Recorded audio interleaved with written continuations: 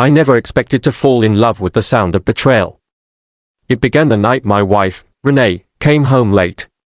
She smelled different, not of perfume, but of musk and cigarette smoke, something she never touched. I asked her where she'd been, and she said she had coffee with a friend. That night, I couldn't sleep. My mind raced, and questions crowded out any peace. The next day, I checked her phone while she showered, but there was nothing there. No texts, no calls. Just silence. Then something strange happened. I found a voice memo. Just one. I pressed play, and my heart stopped. Renee's voice whispered something. Then, a man's voice answered. It wasn't mine. I dropped the phone. My fingers trembled as the audio continued, muffled by the floor but unmistakably raw. Renee laughed, not the casual laugh she gave to strangers or co-workers, but a deep, sultry one I hadn't heard in years. My heart pounded in my chest, thumping like a war drum against my ribs. I reached down and replayed the file, now fully focused. The man was speaking low, murmuring things to her. I couldn't catch all the words, but I didn't need to. I heard the zipper. I heard her gasp. That was enough. I should have been furious. I should have smashed the phone. But I didn't. Instead, I pressed play again, and again, and again. Each time, my shame grew, but so did something darker. By the fifth replay, I wasn't thinking about Renee's betrayal anymore.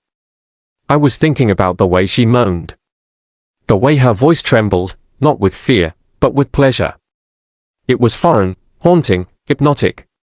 I listened to that short recording every night for a week. My anger dulled into something worse, curiosity.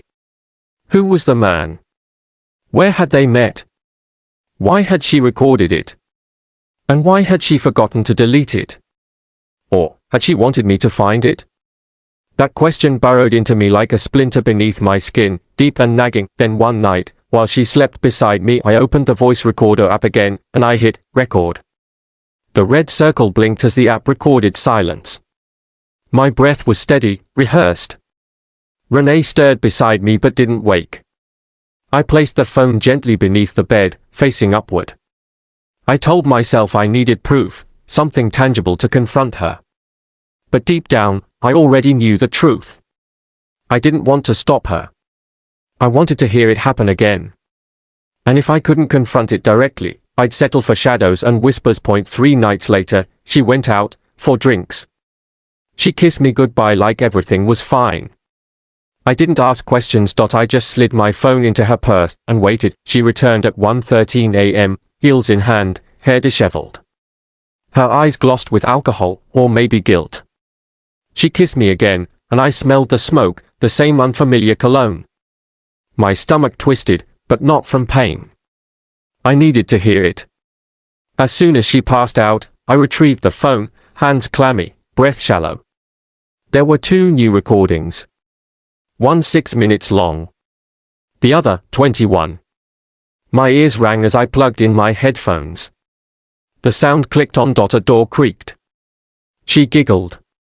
A low voice told her she was beautiful. Then, the bed springs groaned. The second recording was worse. Or better. I couldn't decide.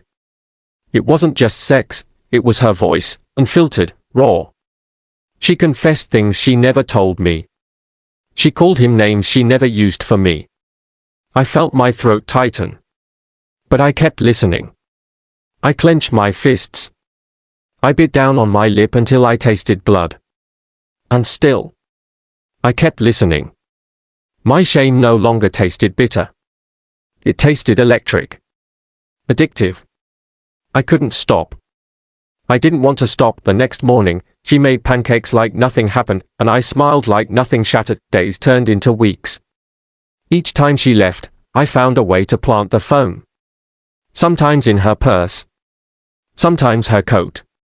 Other times, I left it in the car, tucked between the seats. She never noticed. Or maybe she did.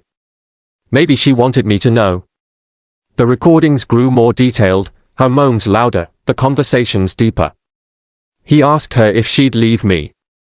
She said no. Not yet. He still needs me, she laughed. I couldn't argue. She was right. I did need her. But not how I thought. One night, the recording started before she even met him. It was just her, alone in the car, talking to herself. She said she was nervous. She said she felt alive. She said, "He's probably listening." My heart stopped. Did she mean me? Did she know? I replayed it. Again. Again. Again. She said it the same way every time, calm, direct, teasing. Then came her laugh, not at him, but at me. I wasn't spying. I was being fed. I confronted her that weekend, not with fury, but with fear. I told her I knew. She didn't cry. She didn't deny it. Instead, she leaned in and whispered, "So what did you think?" I froze. Her smile wasn't cruel. It was warm. Seductive. And real. She said she noticed the phone after the second night. Said she saw how I looked at her after each new recording. "You're more attentive now," she said. Hungrier. My shame ignited like fire in my chest. Then she asked, "Want me to record the next one, just for you?" Now I wait for Thursday nights.